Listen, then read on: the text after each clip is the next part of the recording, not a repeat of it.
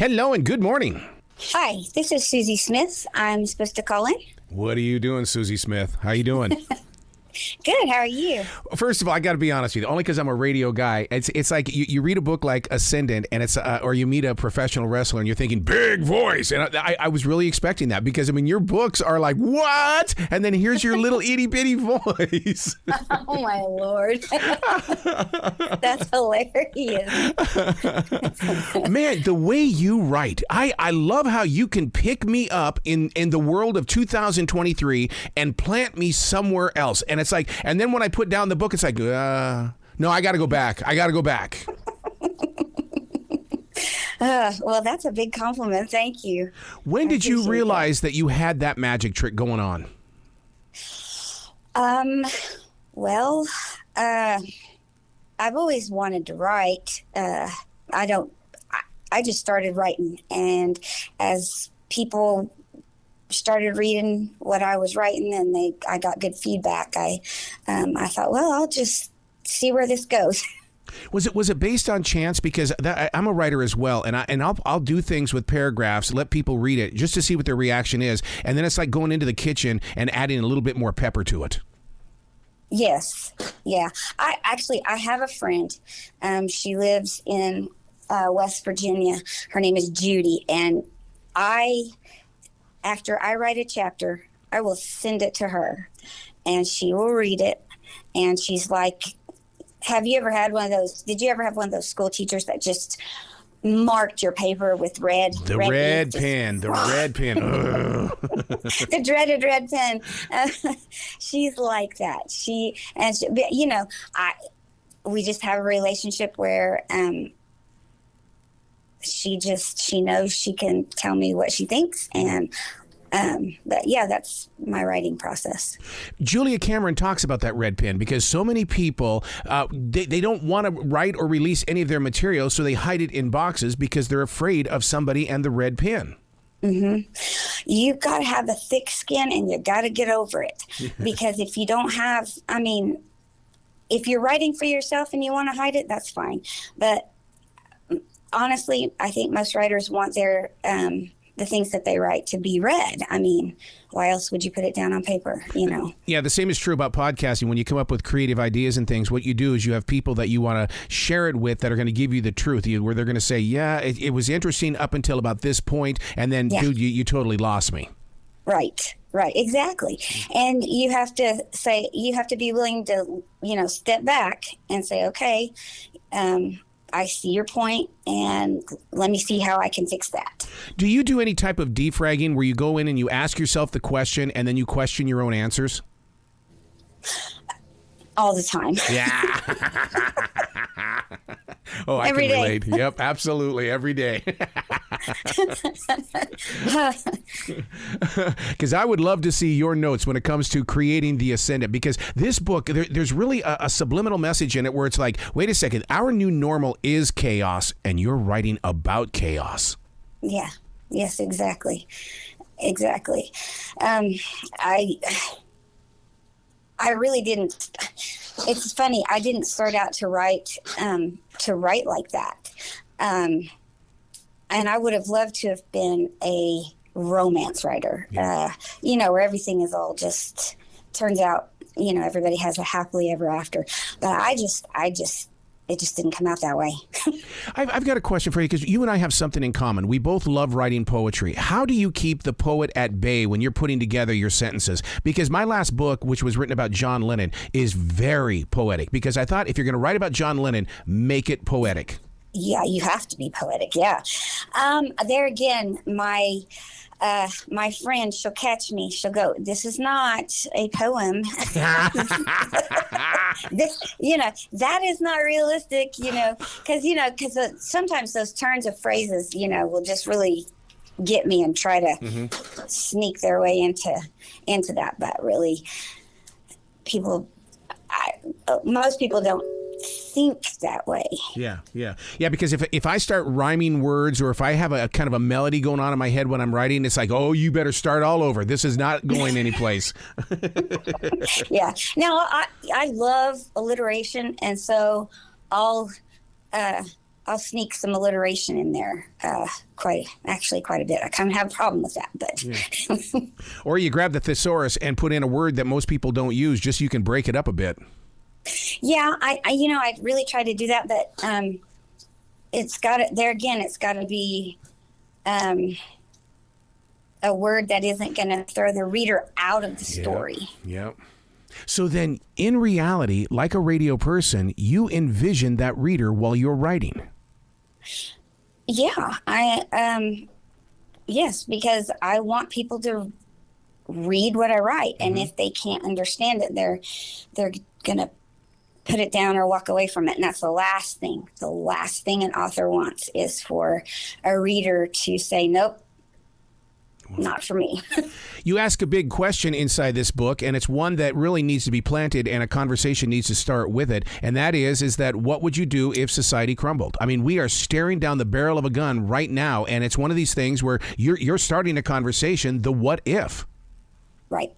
Yeah. I mean, I think that's a big issue right now in this country. The overall thing I want people to do is start thinking for themselves and asking questions. I mean, I don't think most people ask themselves, what would happen? Yeah. We're so reliant on the internet and on electricity and on running water and the grocery stores and stuff like that. What would happen if that was ripped away from you? I mean, what would you do? Mm-hmm.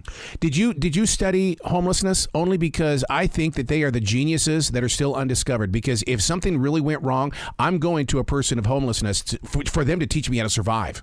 They know, that's exactly it. They know how to survive. They've been out on the streets. They're not a stranger to hunger or cold.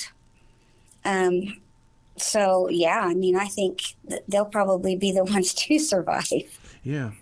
So now, how do you come up with your ideas to place in between these covers? Because your stories are just, I mean, it's almost like I'm sitting there and you're sharing the story and I'm hearing your voice. And you know what I mean by that? It's not like I'm sitting here reading a book. This is something that gets inside my heart. Oh, good. Good. Well, yeah, I mean, after 9/11, I really started asking myself questions, because that little, security bubble that we all lived in was kind of popped. It was broken. And so the idea, I think, for this series just morphed from there. Interesting that you bring up 9/11, because I used to do a podcast that was called The Daily Ray of Light, and I would take from my second book and the different thoughts that were shared on a daily basis. But once 9/11 happened, it could no longer be the Daily Ray of Light, because it became darkness to we people who are creative. Yes, exactly. Yeah, you just my imagination, and I'm sure you have a huge imagination too, but mine just kind of went absolutely nuts. It just went absolutely bonkers there for a while. Absolutely. Now, you were talking about it being a series. When did you decide inside your creative process that, I can't end this book at once? Is this something that you're holding on to because it's hard to relinquish it? Yeah, I didn't originally plan for this to be a series, but everybody kept asking me, well, what happens? You cannot. My uncle read it and he goes, we can't leave them hanging. You gotta keep going. You gotta keep going. And so I was like, well, okay. And then I started asking myself, okay, what happens next? And, it just kind of, went on. Now, coming from a small town, how did that influence you as a writer? Because I used to pick up my writing instrument and paper and go write in the chicken shack. That's cool. I think I can't imagine living in a city. And every time my husband and I we were in Tulsa the other day. We went to see a concert, and the traffic was just absolutely outrageous. And he goes, "This is why I don't live in the city." And I've just, I agree with him 100%. And so, yeah, it does influence my writing, and because they're just a different breed in a small town. Everybody knows everybody, and everybody's concerned with everybody else's business, if you know what I mean. Yeah, yeah. And, it's not like a person in the city who doesn't know their next door neighbor, that kind of thing.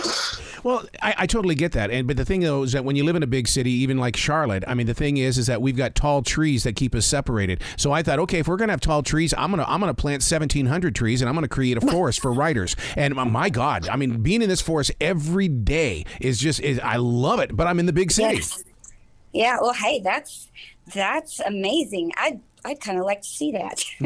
It's and the thing about it is that people they feel the energy from the forest, and then they go, well, I want to write in that forest just like you are. And I'm going, I still think the forest is maturing, but our time is coming where writers will come here to collect.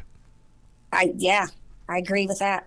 I absolutely agree. So you believe that nature is moving through us. So let me ask you this question then: do you think you're the writer, or are you the tool? Ooh.